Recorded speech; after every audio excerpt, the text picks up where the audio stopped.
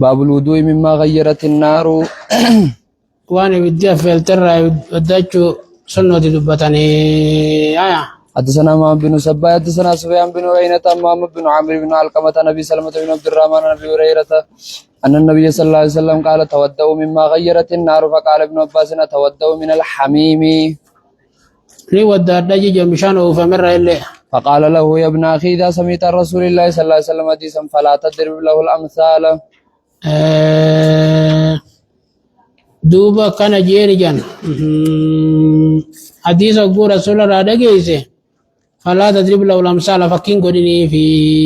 الملكي أقول الدرا أشخاصه تودوا مما غيرت النار جي أقول عبد الله المباس أتودوا استفهامه مشان وين راهو ني ودد جنان أقول فقال جي أنيو الممر له المباسين يا المبليس هي جين بلجمادين بانا رسول الله حديث أقول جيسه مثالا قدني في وانا كان انجيني جلمدين بمليجو أنيو راي دران خرب هذيني أبو ريرا كجيني حدثنا أرملة بن يحيى حدثنا ابن وهب أنبأنا يونس بن يزيد بن شهاب بن عروة عن عائشة قالت قال رسول الله صلى الله عليه وسلم تودوا مما مست النار. شرم أبي قدينا حدثنا هشام بن خالد الأرزاق وحدثنا خالد بن يزيد بن أبي مالك النبي عن أنس بن مالك قال كان يدعو يديه على أذنيه ويقول كان أنس كنت جنر كسا غرر خاي حجو ثم غرر يقول لمن ندودجا إن لم أكن سمعت رسول الله صلى الله عليه وسلم يقول تودوا مما مست النار باب الرخصة في ذلك. رخصة ما كان خيسة تاتا. حدثنا أبو بكر بن أبي شيبة حدثنا أبو الأحوص عن سماك بن حرب عن عكرمة بن عباس قال أكل النبي صلى الله عليه وسلم كتفا ثم مسح يديه بمسح كان تحته ثم قام إلى الصلاة فصلى. رسول الله الكساني أكتجن بمسح هجو تكا تيسجل جرتتي إيجاسي صلاة ودى النجان كنو غنا شاري. حدثنا ما بن سبا أخبرنا سفيان بن عيينة مسين صوب غليظ من الشعر جان وعمر بن دينار وعبد الله بن محمد بن عقيل عن جابر بن عبد الله قال أكل النبي صلى الله عليه وسلم وأبو بكر وعمر خبزا ولحما ولم يتودعوا. حدثنا عبد الرحمن بن إبراهيم الدمشقي حدثنا الوليد بن مسلم حدثنا الأوزاعي حدثنا الزهري قال حضرت عشاء الوليد حضرت نين لك جيرات وليد أو عبد الملك فلما أدرت الصلاة قمت لا أتودع ودعت منك. فقال جعفر بن عمرو بن أمية أشهد على أبي أنه شهد على رسول الله صلى الله عليه وسلم أنه أكل طعاما مما غيرت النار ثم صلى ولم يتودع. قال علي بن عبد الله بن عباس وأنا أشهد على أبي أنيس كن أبا قتلت كسمتين فقط مهانات كخد جيجا. حدثنا ما بن سباه حدثنا حاتم بن اسماعيل عن جابر بن محمد عن ابي عن علي بن الحسين عن زينب بنت ام سلمة عن ام سلمة قالت أتي رسول الله صلى الله عليه وسلم بكتف شاة فأكل منه وصلى ولم يمس معا. حدثنا أبو بكر بن أبي شيبة حدثنا علي بن مسهر أيايا بن سعيد عن بشير بن يسار عن بانا سويد بن النعمان الأنصاري أنهم خرجوا مع رسول الله صلى الله عليه وسلم إلى خيبر حتى إذا كانوا بالصحباء صلى العصر ثم دعا بأطعمة فلم يؤت إلا بسويق فأكلوا وشربوا ثم دعا ثم قام فصلى بنا المغرب. حدثنا ما بن عبد الملك بن أبي الشوارب حدثنا عبد العزيز بن المختار حدثنا سهيل عن أبي هريرة أن رسول الله صلى الله عليه وسلم أكل كتف شاة فمدمد وغسل يديه وصلى. باب ما جاء في الوضوء من لحوم الإبل. حدثنا أبو بكر بن أبي شيبة حدثنا عبد الله بن إدريس وأبو معاوية قال حدثنا الأعمش عن عبد الله بن عبد الله عن عبد الرحمن بن أبي ليلى عن البراء بن عازب قال سئل رسول الله صلى الله عليه وسلم عن الوضوء من لحوم الإبل فقال تودوا منها. حدثنا محمد بن بشار حدثنا عبد الرحمن بن مهدي حدثنا زايدة وإسرائيل عن أشعث بن الشعثاء أما سر راخاسي جمعة أما غيرت النار راخاسي خنايا عن جعفر بن أبي ثور عن جابر بن سمرة قال أمرنا رسول الله صلى الله عليه وسلم أن نتودع من لحوم الإبل ولا نتودع من لحوم الغنم. حدثنا أبو إسحاق الحروي إبراهيم بن عبد الله بن عازم حدثنا عباد بن العوام عن حجاج عن عبد الله بن عبد الله مولى بني هاشم وكان ثقة وكان الحكم يأخذ عنه. حدثنا عبد الرحمن بن أبي ليلى عن سيد بن هدير قال قال رسول الله صلى الله عليه وسلم لا تتودوا من البان الغنم وتودوا من البان الإبل. قنديبة حدثنا ما بن يحيى حدثنا يزيد بن عبد ربه حدثنا بقية عن خالد بن يزيد ابن عمر بن هبيرة الفزاري عن طيب بن السائب قال سمعت معارف بن دثار يقول سمعت عبد الله بن عمر يقول سمعت رسول الله صلى الله عليه وسلم يقول تودوا من لحوم الإبل ولا تتودوا من لحوم الغنم وتودوا من البان الإبل ولا تودوا من البان الغنم وصلوا في مراحل الغنم مرار يا غيستي ولا تصلوا في معاطن الإبل. يجي سقالا ديبون باب المدمدة من شرب اللبن. حدثنا عبد الرحمن بن إبراهيم الدمشقي حدثنا الوليد بن مسلمي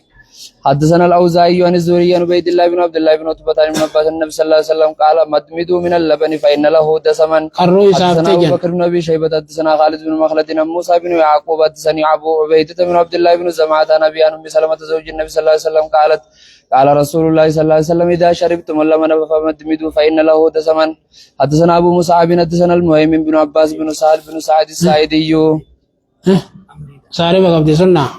عن أبي عن جدي أن رسول الله صلى الله عليه وسلم قال مدمدوا من اللبن فإن له دسما. حدثنا إسحاق بن إبراهيم السواق وحدثنا الضحاك بن مخلد حدثنا زمعة بن سالين عن ابن شهاب عن أنس بن مالك قال حلب رسول الله صلى الله عليه وسلم شاة وشرب من لبنها ثم دعا بماء فمدمد فاه وقال إن له دسما. باب الوضوء من القبلة. حدثنا أبو بكر بن أبي شيبة وعلي بن محمد قال حدثنا وكيع حدثنا الأعمش عن أبي بن أبي ثابت عن عروة بن الزبير عن عائشة أن رسول الله صلى الله عليه وسلم قبل بعد نسائه ثم خرج إلى الصلاة ولم يتودع قلت ما هي إلا أنت فضحكت. حدثنا ما بن فضيل عن حجاج عن عمرو بن شعيب عن السهمية عن عائشة أن رسول الله صلى الله عليه وسلم كان يتودع ثم يقبل ويصلي ولا يتودع وربما فعله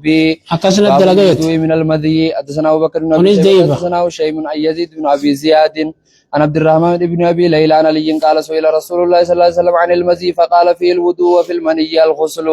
حدثنا محمد بن بشار حدثنا عثمان بن عمر حدثنا مالك بن أنس عن سالم بن النضر عن سليمان بن يسار المقداد بن الأسود أنه سأل النبي صلى الله عليه وسلم عن الرجل يدنو من امرأته قربا انت لسادي أترى فلا ينزل قمشان الرامبونة قال إذا وجد أحدكم ذلك فلينده فرجه استنجم قدوه يعني ليغسله ويتودع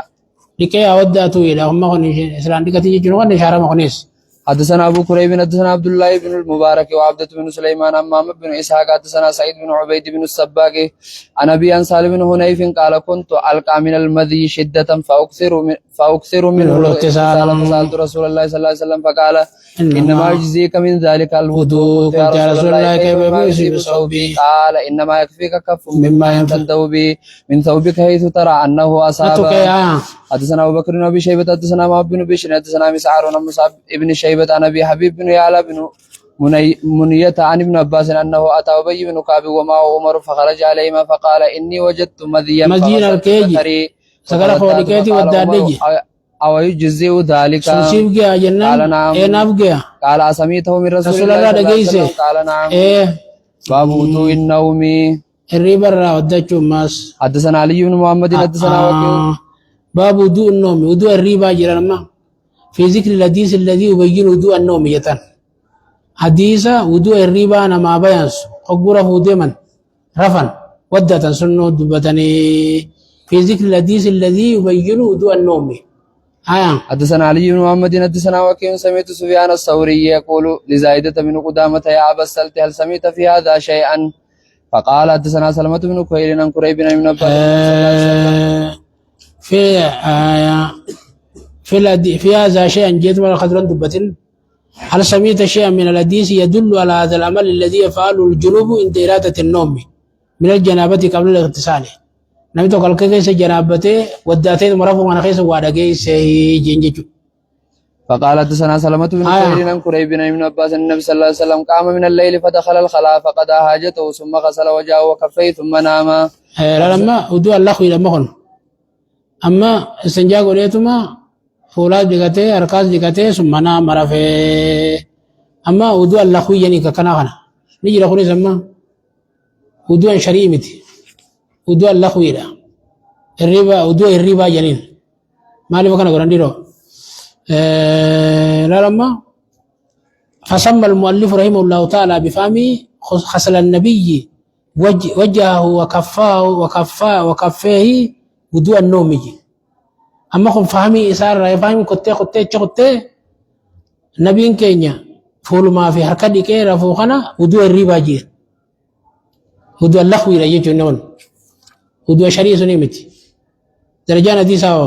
متفقي ويسا ها صحيح